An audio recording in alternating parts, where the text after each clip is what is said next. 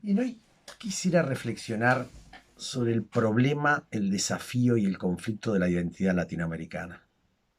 ¿Qué implica en el siglo XXI hablar de la patria grande? ¿Qué implica en el siglo XXI poder pensar que el sistema mundo hoy reclama estados continentales, más que estados nacionales atados a la particularidad de un momento histórico? Porque el dilema está en ser absorbidos por la globalización o quedar refractarios desde una identidad nacional de países que por sí mismos no pueden ser viables. Por lo tanto, hoy para América Latina es sustantivo cómo pensar, cómo accionar una identidad común en un continente que es altamente diverso, que es altamente complejo, que distintos organismos vienen definiendo que parecería ser que queda fuera del desarrollo de la historia, puesto que luego de un ciclo de posicionamiento como fue el ciclo progresista, en el cual en el esquema o en el sistema de los BRIC, aquella articulación, ¿no?, entre Brasil, Rusia, China, India, Sudáfrica, se podía de alguna manera pensar que había un esquema que iba más allá de los países dominantes. Y hoy por hoy vemos que sí, Rusia por sí misma se autoafirmó, China se afirmó, Occidente está en un dilema, pero América Latina parece quedar fuera del proceso tanto de el desarrollo, de la construcción de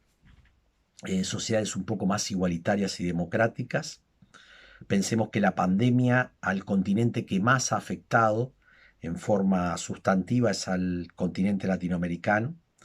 donde está la mayor cantidad de mortandad, donde está la mayor profundización de la desigualdad y la exclusión,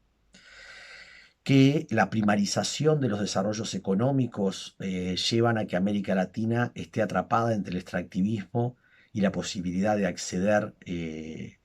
las transformaciones tecnológicas a bienes secundarios que le permitan desarrollarse. Y bueno, aquí vamos a un dilema.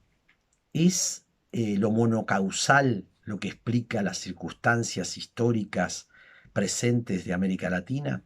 ¿O es quizás que los enfoques monocausales, como son el enfoque meramente económico, o meramente político, o meramente social, o meramente cultural, no bastan si no abordamos la multidimensionalidad en la que se encuentra un continente que reclama de justamente salirse de los determinismos, ¿sí? La heterogeneidad estructural que la CEPAL ve en el problema del desarrollo latinoamericano, el problema de los pactos, la ausencia de pactos fiscales nuevos,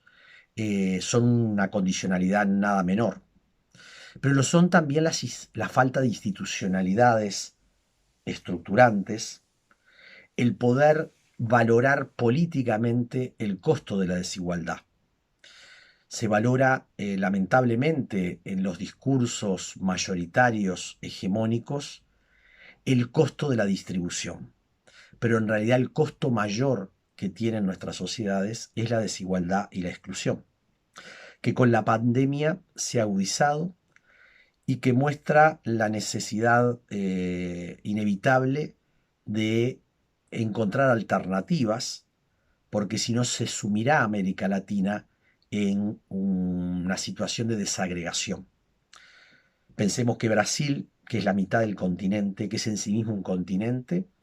está en un desafío político, económico, donde habrá que ver cómo se reposiciona, puesto que está gobernado en los últimos años por una visión altamente regresiva, que no tiene ni siquiera un posicionamiento en lo global, que no logra integrar y que desencadenó todas las formas de discriminación que la cultura de la posverdad y la cultura ligada a esa visión que Trump en Estados Unidos y Bolsonaro en Brasil instalaron. La posible vuelta de Lula podría reposicionar a Brasil. El caso de Perú generó una cierta expectativa, pero aún Castillo, que expresa a los de abajo, no muestra cómo articular en sí mismo un gobierno que adquiera confiabilidad, sobre todo para el centro político y para lograr las transformaciones que se necesitan. Una Centroamérica que está bastante derruida, ¿sí? Un México que está también en circunstancias difíciles, pero que busca encontrar una transformación. Y entonces el problema parece no ser solamente los estados nacionales, pasa a ser nuevamente el dilema de una identidad común, esa identidad común que permitiría un nuevo pacto, que no puede ser un pacto solo intranaciones, ¿sí? Tiene que ser un pacto entre las naciones para un continente que tiene riquezas muy grandes, que debe focalizar o enfocar los procesos de un desarrollo con bienestar para toda la población y que, por tanto, la pandemia, más que mostrar determinismos de profundización de la desigualdad y la exclusión, debería ser una gran ventana de oportunidad para lograr una reestructura, ¿sí?, de los sistemas fiscales, de la cooperación entre actores estatales, civiles y privados. Y lo que emerge como parecería ser una utopía, increíblemente vemos que organismos internacionales lo sitúan como la única posible realidad para que América Latina no entre en una desagregación.